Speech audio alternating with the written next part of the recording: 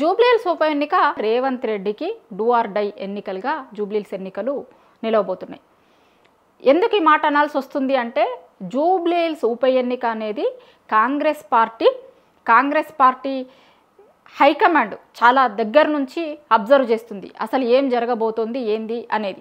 ఎందుకంటే కాంగ్రెస్ పార్టీ అధికారంలోకి వచ్చిన తర్వాత 2.5 ఏండ్ల తర్వాత జరుగుతున్న ఉప ఎన్నిక.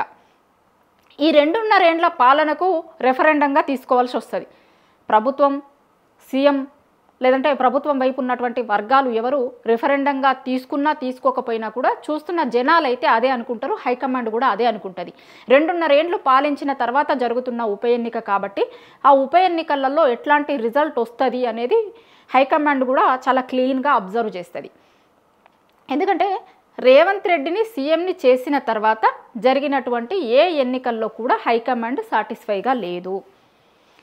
అంతకుముందు కాంగ్రెస్ పార్టీలోకి కొద్ది రోజుల ముందే వచ్చి పిసిసి అధ్యక్షుడైండు రేవంత్ రెడ్డి. దాని తర్వాత కాంగ్రెస్ అధికారంలోకి వచ్చిన తర్వాత చాలామంది సీనియర్లను కాదని సీఎం రేవంత్ రెడ్డిని చేసిర్రు కాంగ్రెస్ హైకమాండ్. చాలామంది సీనియర్లు ఆ రోజు కూడా నొచ్చుకున్నారు.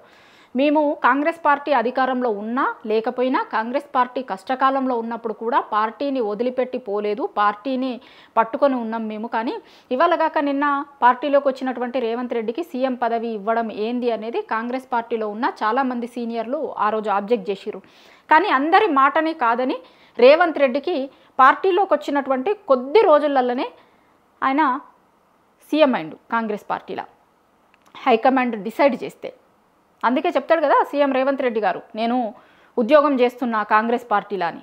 గతంలో చాలా సందర్భాలలో చెప్పిండు కదా, నేను స్కూలు బీజేపీలో చేసిన, కాలేజ్ టీడీపీలో చేసిన, ఇప్పుడు రాహుల్ గాంధీ గారి దగ్గర ఉద్యోగం చేస్తున్నా అని చెప్పిండు కదా. ఇగో ఇందుకోసం, ఎందుకంటే హైకమాండే ఇచ్చింది ఆయనకు ఉద్యోగం, సీఎం అనే ఉద్యోగం హైకమాండ్ ఇచ్చింది కాబట్టి. అయితే ఇప్పుడు ఆయనకి ఎందుకు డూ ఆర్ డై లాంటి సిచ్యుయేషన్ ఉంది అంటే సీఎంగా రేవంత్ రెడ్డి అయిన తర్వాత జరిగిన ప్రతి ఎన్నికలలో పెద్ద ఆయన పాస్ మార్కులు ఏమి వేయించుకోలే. ఆయన సీఎం అయిన తర్వాత 6 నెలలకు పార్లమెంట్ ఎన్నికలు జరిగినాయి. పార్లమెంట్ ఎన్నికలలో వాళ్ళు 8 మాత్రమే గెలిచిర్రు. బీజేపీ 8 పార్లమెంట్ స్థానాలను గెలిచింది. ఆ రోజే చాలా విమర్శలు వచ్చినాయి. చాలామంది సీనియర్ నాయకులు చెప్పిర్రు, దీన్ని హైకమాండ్కి కంప్లైంట్ చేసిర్రు. ఇక్కడ ఉన్నటువంటి సీనియర్ నాయకులు కూడా చాలామంది మాట్లాడిర్రు. రేవంత్ రెడ్డి తీసుకున్న తప్పుడు నిర్ణయాల వల్లే 8 బీజేపీ గెలిచింది ఎంపీ సీట్లు అనేది ఆ రోజు చాలామంది చెప్పుకున్నారు. సీఎం అయిన తర్వాత రేవంత్ రెడ్డి ఎదుర్కొన్నటువంటి ఫస్ట్ ఎన్నిక అది ఎంపీ ఎన్నికలు. ఆ ఎంపీ ఎన్నికలలో ఆయన పాస్ మార్కులు ఏమి వేయించుకోలేదు, చాలా తక్కువ సీట్లు గెలిచిరు. నిజానికి కాంగ్రెస్ పార్టీ ఆ రోజు వాళ్ళ హైకమాండ్ నాయకులు ఇక్కడ తెలంగాణలో ఇంకా ఎక్కువ సీట్లు గెలుస్తాము అని అనుకున్నారు. 10 పైన సీట్లు గెలుస్తాము అనుకున్నప్పుడు సగానికి సగం సీట్లను గెలిచిరు వాళ్ళు ఇక్కడ. దాని తర్వాత ఉప ఎన్నిక మన ఎమ్మెల్సీలు జరిగినాయి. ఎమ్మెల్సీలలో కూడా పెద్ద గొప్ప పర్ఫార్మెన్స్ ఏం చూపించలేదు సీఎం రేవంత్ రెడ్డి గారు. ఎమ్మెల్సీ ఎన్నికలలో కూడా కాంగ్రెస్ పార్టీ ఆశించినంతగా రిజల్ట్ రాలేదు వాళ్ళకి. దాని తర్వాత లోకల్ బాడీ ఎన్నికలు అసలు పెట్టేందుకే భయపడుతుంది ప్రభుత్వం, సీఎం రేవంత్ రెడ్డి. కోర్టు చెప్పింది, కోర్టు పెట్టమని చెప్పినా కూడా పెట్టడానికి ధైర్యం లేదు. లోకల్ బాడీ ఎన్నికలలో ఎట్లాంటి రిజల్ట్ వస్తుందో వాళ్ళకి తెలుసు కాబట్టి పెట్టేందుకు ధైర్యం లేదు వాళ్ళకి. రకరకాల రీజన్స్ చెప్తున్నారు. బీసీలకి 42% రిజర్వేషన్ అది కాదు అని వాళ్ళకి తెలుసు, బీసీలకు కూడా తెలుసు. కాంగ్రెస్ పార్టీ మోసం చేస్తుంది అని బీసీలు ఆల్రెడీ డిసైడ్ అయ్యారు. మళ్ళా ఎన్నికలు వచ్చినప్పుడు చూపిద్దాము మేమేందో అనేది బీసీలు ఆల్రెడీ డిసైడ్ అయ్యి ఉన్నారు. ఎందుకంటే సుప్రీంకోర్టు గైడ్ లైన్స్ ఉన్నాయి, 42% రిజర్వేషన్ ఇవ్వడం అనేది అసాధ్యం అనేది బీసీలందరికీ తెలుసు, కాంగ్రెస్ పార్టీ నాయకులకు కూడా తెలుసు. కానీ ఇట్లనే చెప్పుకుంటా సంవత్సరాలు ఎల్లదీస్తామనుకుంటున్నారు వాళ్ళు. అట్లా లోకల్ బాడీ ఎన్నికల్ని పెట్టమంటే ఆ లోకల్ బాడీ ఎన్నికలు పెట్టేందుకు ఇష్టపడతలేరు. ఎందుకంటే రిజల్ట్ వ్యతిరేకంగా వస్తుంది అని తెలుసు కదా. ఊర్లలో మొత్తం ప్రతి పథకం వీళ్ళు ఇస్తాము అని చెప్పిన ప్రతి పథకం ఏది ఇచ్చింది లేదు. నిన్నగాక మొన్న బతుకమ్మ చీరలు రాక, ఎందుకంటే మొన్న మధ్యలో వచ్చిన పండగ అదే కాబట్టి నేను మీకు అది గుర్తు చేస్తున్నా.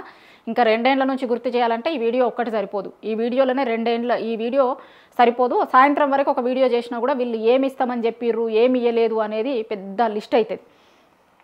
మొన్న రీసెంట్గా జరిగిందని చెప్తున్నా నేను మీకు. బతుకమ్మ చీరలు ఎగ్గొట్టే రాక ఏమి ఇస్తామని చెప్పినా ఏమీ ఇవ్వలేదు, అదంతా జనాలు చూస్తున్నారు. ఎన్నికలు వచ్చినప్పుడు చెప్తాము అని అనుకుంటున్నారు జనాలందరూ కూడా. సో అట్లా లోకల్ బాడీ ఎన్నికలు కథ అట్లయింది. ఇప్పుడు వచ్చింది ఏంది, ఇంకా జూబ్లీహిల్స్ ఉప ఎన్నిక. ఇది ఫేస్ చేయాల్సిందే.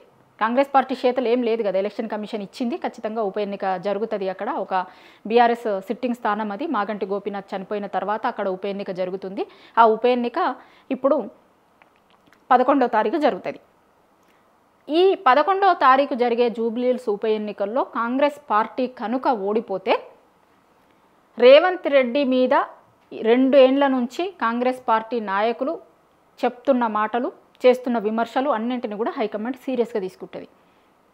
ఎందుకంటే ఆయన ఇక్కడ ఈ పార్టీలో ఉన్నా కూడా వేరే పార్టీ మనిషిగా పనిచేస్తుండు అనేటువంటి విమర్శలు డే 1 నుంచి ఉన్నాయి. అంతేగాక కాంగ్రెస్ తెలంగాణలో అధికారంలోకి వచ్చింది. ఇప్పుడు 2.5 ఏళ్ళు అవుతుంది. తెలంగాణ రాష్ట్రం ఏర్పడ్డ తర్వాత 10 ఏళ్ల తర్వాత తెలంగాణలో అధికారంలోకి వచ్చింది. అధికారంలోకి వచ్చిన తర్వాత 2 ఏళ్లలోనే ఎప్పుడూ లేనంత వ్యతిరేకతను తెచ్చుకుంది.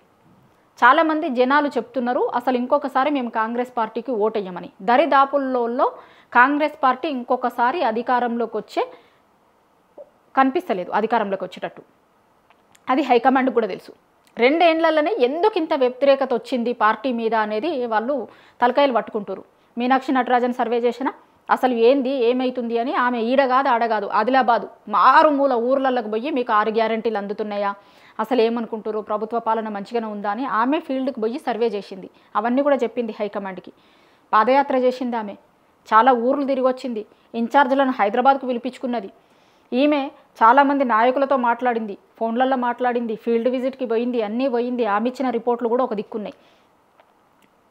అసలు ఏ రాష్ట్రంలో కూడా కాంగ్రెస్ పార్టీ అధికారంలోకి వచ్చిన తర్వాత ఏ రాష్ట్రంలో 2 ఏళ్లలో ఇంత వ్యతిరేకత తెచ్చుకున్న రాష్ట్రం లేదు, తెలంగాణ తప్ప. దానికి కారణం ఎవరు, ఎందుకు ఇదంతా జరుగుతుంది అనేది కూడా హైకమాండ్ ఆలోచించుకుంటుంది. రేవంత్ వల్లే ఇంత దారుణమైన పరిస్థితులు ఉన్నాయి తెలంగాణలో అనేది హైకమాండ్, అట్లనే కాంగ్రెస్లో ఉన్న చాలామంది సీనియర్ నాయకులు ఒక స్పష్టతకు వచ్చారు. ఆయన తీసుకున్న చాలా నిర్ణయాలు, హైడ్రా కావచ్చు, లేకపోతే మంత్రుల పట్ల ఆయన వ్యవహరిస్తున్న వ్యవహార శైలి కావచ్చు, ఇంకా రకరకాల సీఎం అయిన తర్వాత ఆయన చేస్తున్న పనులు కావచ్చు, అన్నీ ఈ వ్యతిరేకతకు కారణమైనవి అనేది హైకమాండ్ దగ్గర ఆల్రెడీ రిపోర్ట్ ఉంది. సో ఈ పరిస్థితులలో ఇప్పుడు జూబ్లీహిల్స్ ఉప ఎన్నిక కూడా ఓడిపోతే హైకమాండ్ కొంత కీలకమైన నిర్ణయాలు తీసుకునే అవకాశం ఉంటుంది. సీఎం రేవంత్ రెడ్డి చెప్పినట్టుగా ఏమీ నడవదు. ఎందుకంటే ఆల్రెడీ మీ మాట విని 2 ఏళ్ళు మీరు చెప్పినట్టు చేసినాం, కానీ రిజల్ట్ ఏంది, మీరు తీసుకొచ్చింది ఏంది, 2 ఏళ్లలో విపరీతమైన వ్యతిరేకత వచ్చింది. అసలు ఎక్కడ ఎవ్వరు సాటిస్ఫైగా లేరు, పార్టీలో ఉన్నోళ్ళు లేరు, పార్టీలో ఉన్న కార్యకర్తలు లేరు, నాయకులు లేరు, ఎమ్మెల్యేలు లేరు, మంత్రులు లేరు, జనం కూడా మనతో లేరు. కాబట్టి ఇంకా మీరు చెప్పింది మేము వినము అని హైకమాండ్ కూడా కొంత గట్టిగానే రేవంత్ పట్ల మాట్లాడే అవకాశం ఉంటుంది. ఆల్రెడీ మాట్లాడుతుంది కూడా కదా, మనం చూసినాం కదా. రాహుల్ గాంధీ అసలు అపాయింట్మెంట్ కోసం మనం చూస్తే, మనం గతంలో చూస్తాం కదా, మనమే చాలా వీడియోలు చేసినాం రాహుల్ గాంధీ అపాయింట్మెంట్ ఇస్తలేడు అని. సో ఈ పరిస్థితులలో ఆయనకి ఇప్పుడు జూబ్లీహిల్స్ ఉప ఎన్నిక గెలవడం అనేది చాలా కీలకం సీఎం రేవంత్ రెడ్డికి. జూబ్లీహిల్స్ ఉప ఎన్నిక ఓడిపోతే గనక హైకమాండ్ దగ్గర ఈయన ఏది చెప్పినా చెల్లుబాటు కాదు. ఒక్క ఉప ఎన్నిక కోసం 6-7 రోజులు రోడ్ షోలు చేసే పరిస్థితి ఓన్లీ రేవంత్ రెడ్డి గారికి మాత్రమే ఉంది. ఇప్పటివరకు నేను ఎప్పుడు చూడలేదు ఏ సీఎంలని. మహా అయితే సీఎంలు 1-2 బహిరంగ సభలు అటెండ్ అవుతారు ఉప ఎన్నికలు వచ్చినప్పుడు, కానీ అసలు 6-7 రోజులు రోడ్ల మీద తిరిగే పరిస్థితి సీఎంలకి ఉండదు.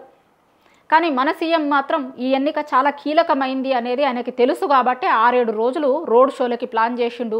మైనార్టీని మంత్రిగా తీసుకొచ్చి పెట్టిండు, చాలామంది మంత్రులకు ఇన్ఛార్జీలు ఇచ్చిర్రు ఆడ. ఇంకా పార్టీలో ఉన్న చాలామంది ఎమ్మెల్యేలను, ఎమ్మెల్సీలను, కార్పొరేటర్ల వరకు మొత్తం అందరినీ అక్కడే డంపు చేసి జూబ్లీహిల్స్ ఉప ఎన్నిక అనేది మనకి కీలకమని చెప్తుండు. మనకి కాదు, నిజానికి వస్తే అది సీఎం రేవంత్ రెడ్డికి మాత్రమే కీలకమైన ఎన్నిక. ఓడిపోతే కాంగ్రెస్ పార్టీకే నష్టం అవుతుంది. ఇది ఇక్కడ ఓడిపోతే నాకు ఒక్కడికి మాత్రమే నష్టం జరగదు, అందరికీ నష్టం అవుతుంది. పార్టీ మీద వ్యతిరేకత ఉంది అనేది జనాలకి తెలుస్తుంది. ఇంకా నెక్స్ట్ జనరల్ ఎలక్షన్స్లో మనం గెలిచే పరిస్థితి ఉండదు. కాబట్టి మీరందరూ కష్టపడి పని చెయ్యిర్రి అని ఆయన ఇప్పుడు మంత్రులకి, ఆయనతో పాటు ఉన్నటువంటి ఎమ్మెల్యేలకి, వీళ్ళకి చెప్తుండట. నిన్న అదే మీటింగ్ చేసిరట. సీఎం మంత్రులందరితో ఒక మీటింగ్ చేసిండట. చేసి జూబ్లీహిల్స్ ఉప ఎన్నిక మనకు కీలకం, కాంగ్రెస్ పార్టీకి కీలకం, కాబట్టి మీరు చాలా ఈజీగా తీసుకోకుర్రి ఈ ఉప ఎన్నికని, అందరూ సీరియస్గా తీసుకోండి, చాలా సీరియస్గా పనిచేయండి. ఎక్కడికక్కడ ఎవరన్నా మాట్లాడుతున్న మాటలకి మీరు కౌంటర్ అటాక్లు చేయండి, ఈ తొందరగా సోషల్ మీడియాలో కూడా తొందరగా కౌంటర్లు ఇవ్వండి, నాయకులు ఏమన్నా మాట్లాడినప్పుడు కౌంటర్లు ఇవ్వండి.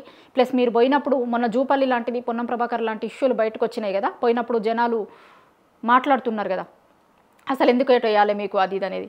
సో అట్లాంటివి జరుగుతున్నప్పుడు కొంత జాగ్రత్తగా ఉండండి. అవంతా వేరే వాళ్ళు షూట్ చేయకుండా బయటకు రాకుండా చూసుకోరు. సోషల్ మీడియాలో చాలా ఎక్కువగా వైరల్ అవుతున్నాయి ఇవంతా కూడా. కాంగ్రెస్ పార్టీకి ఓటేయము అని చెప్పేది సోషల్ మీడియాలలో కూడా ఎక్కువగా తిరుగుతున్నాయి. సో దాని మీద కూడా ఒక కన్నేసి పెట్టుర్రి. ఇట్లా అని రకరకాలవి వాళ్ళకి మీడియా నుంచి మొదలు పెడితే సోషల్ మీడియా మీరు ఎట్లా పోవాలి, జనాలకి ఎట్లా గెలవాలి, ఏమన్నా చెయ్యిర్రి, కానీ జూబ్లీహిల్స్ ఉప ఎన్నిక గెలవడము మాత్రమే మనకి ప్రధానం.